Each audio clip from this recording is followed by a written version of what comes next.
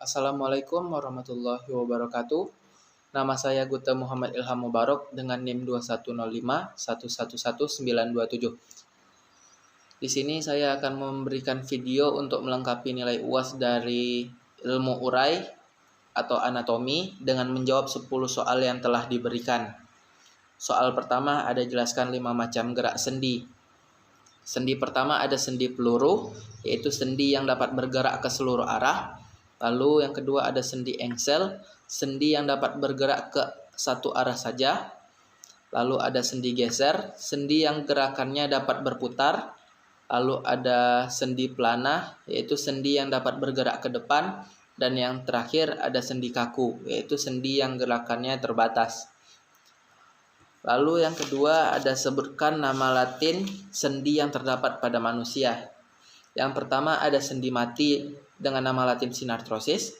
Yang kedua sendi kaku dengan nama amfiarthrosis. Yang ketiga ada sendi gerak dengan nama diarthrosis. Yang keempat ada sendi peluru dengan nama ball and socket. Yang kelima ada sendi pelana dengan nama saddle. Yang keenam ada sendi putar dengan nama pivot joint. Lalu yang ketujuh ada sendi geser dengan nama plane. Yang kedelapan ada sendi engsel dengan nama hinge. Lalu ke-9 ada sendi gulung dengan nama cordyloid. Yang ketiga, sebutkan bagian-bagian yang terdapat pada jantung. Pertama ada perikardium, lalu berikutnya ada serambi dengan nama Latin atrium. Lalu ada bagiannya lagi, terbagi sinistra untuk kiri dan dextra untuk kanan. Lalu ada bilik yang disebut juga dengan ventricle dalam bahasa Latin. Ada juga bagian kiri sinistra dan juga bagian kanannya dextra. Lalu ada katup tricuspid, pulmonal, mitral, dan juga aorta. Lalu yang keempat, jelaskan mekanisme peredaran darah sistemik dan peredaran darah pulmonal. Peredaran darah sistemik adalah peredaran darah besar yang dimulai dari paru, lalu berlanjut ke atrium sinistra, melalui atrium pulmonal, lalu berlanjut lagi ke ventricle sinistra, melalui katup mitral, dan berlanjut ke seluruh tubuh melalui katup aorta, dan berakhir di jantung. Lalu ada peredaran darah pulmonal atau peredaran darah kecil, dimulai dari seluruh tubuh ke jantung, lalu berlanjut ke atrium dextra melalui vena cava, lalu berlanjut lagi ke ventricle dextra melalui katup tricuspid, lalu berlanjut ke paru melalui katup pulmonal dan berakhir ke jantung. Yang kelima, jelaskan pengertian sistem respirasi serta mekanisme pernafasan dada dan perut. Sistem respirasi atau sistem pernafasan adalah pengambilan oksigen dan pelepasan karbon dioksida, atau peristiwa menghirup udara dari luar yang mengandung oksigen ke dalam tubuh serta menghembuskan udara yang banyak mengandung karbon dioksida atau CO2 keluar dari tubuh. Lalu mekanisme pernafasan dada. Untuk inspirasi ada otot antar tulang rusuk berkontraksi, lalu tulang rusuk terangkat, volume rongga dada membesar, tekanan dalam rongga dada mengecil, lalu udara dari luar masuk ke paru-paru. Dan untuk ekspirasi, pengeluarannya, otot antar tulang rusuk berelaksasi, lalu tulang rusuk menurun, volume rongga dada mengecil, lalu tekanan dalam rongga dada membesar, dan udara bergerak keluar dari paru-paru.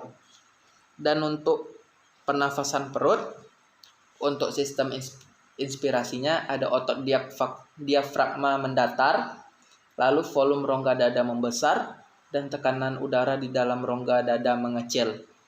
Dan untuk ekspirasinya, otot diafragma berkontraksi, lalu volume rongga dada mengecil, dan tekanan udara di dalam rongga dada membesar.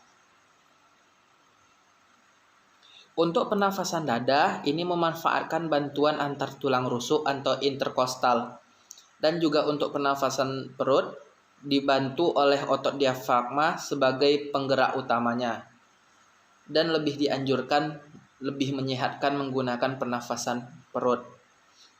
Yang keenam, jelaskan pengertian sistem pencernaan dan sebutkan mekanisme pencernaan manusia. Sistem pencernaan manusia adalah sistem organ dalam multisel yang dimiliki oleh manusia untuk menerima makanan, mencernanya menjadi energi dan nutrien, serta mengeluarkan sisa proses tersebut melalui dubur. Prosesnya dimulai dari makanan masuk ke kerongkongan melalui esofagus, lalu masuk ke mulut, dikunyah menggunakan gigi dan juga enzim, lalu ditelan masuk ke kerongkongan. Terjadi gerakan peristaltik di dalam itu untuk mengatur gerakan mendorong makanan.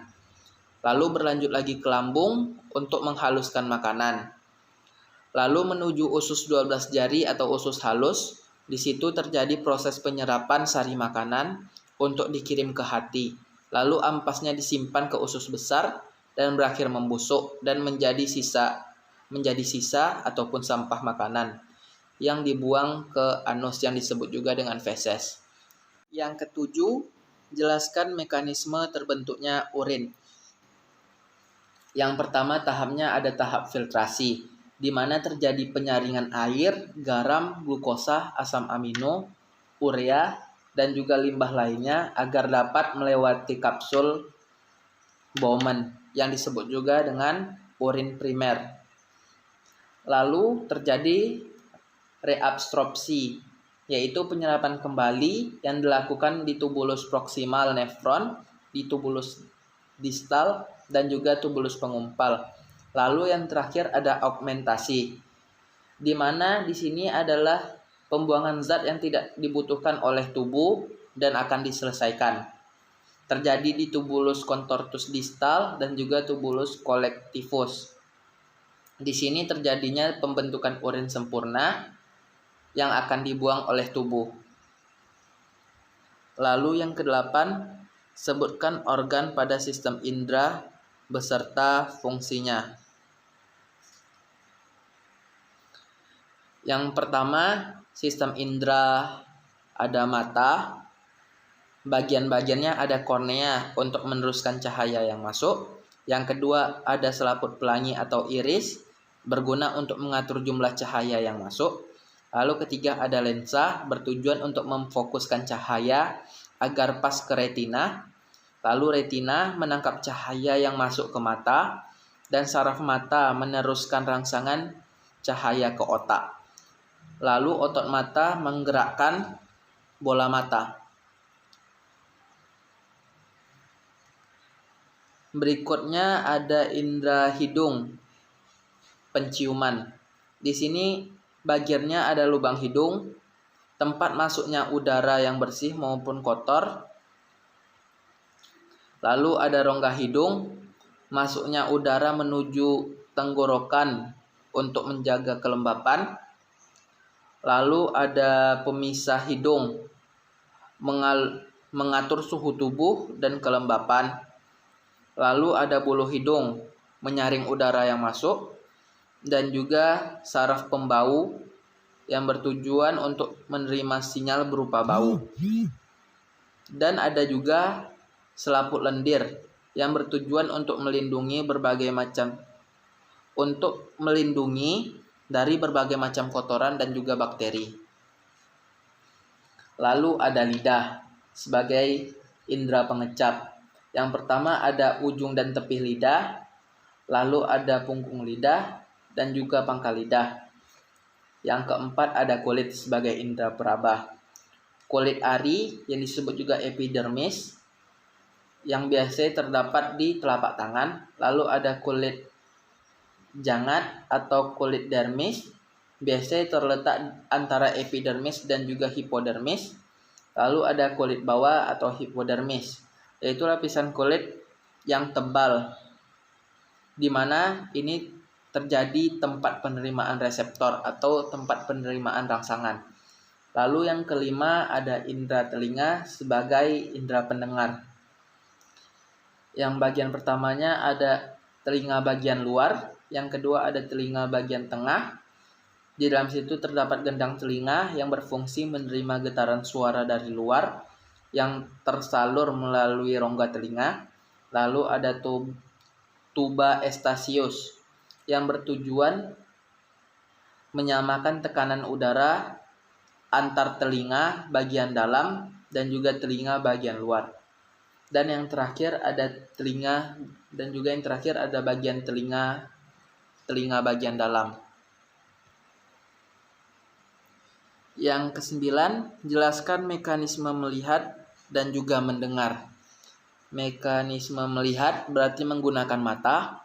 Pertama, menerima cahaya, lalu masuk melalui pupil, berlanjut ke lensa untuk memfokuskan cahaya agar tepat jatuh pada retina, lalu berubah menjadi bayangan, dan otak menangkapnya dan mengolahnya. Kalau untuk mendengar itu menggunakan telinga. Yang pertama, suara dalam bentuk getaran. Udara digunakan sebagai penghantar suara berupa getaran. Akan diterima oleh gendang telinga dan diteruskan ke ujung syaraf menuju otak. Maka otaklah yang akan mengolahnya. Lalu yang ke-10, jelaskan hubungan antar sistem indera dan juga sistem saraf. Hubungan antar sistem indera dan juga sistem saraf adalah menjadi satu kesatuan sebagai sistem koordinasi yang saling berhubungan, yaitu melakukan respon atas sebuah kejadian. Semoga jawaban saya dapat memberikan hasil yang bagus untuk melengkapi nilai UAS saya. Terima kasih. Assalamualaikum warahmatullahi wabarakatuh.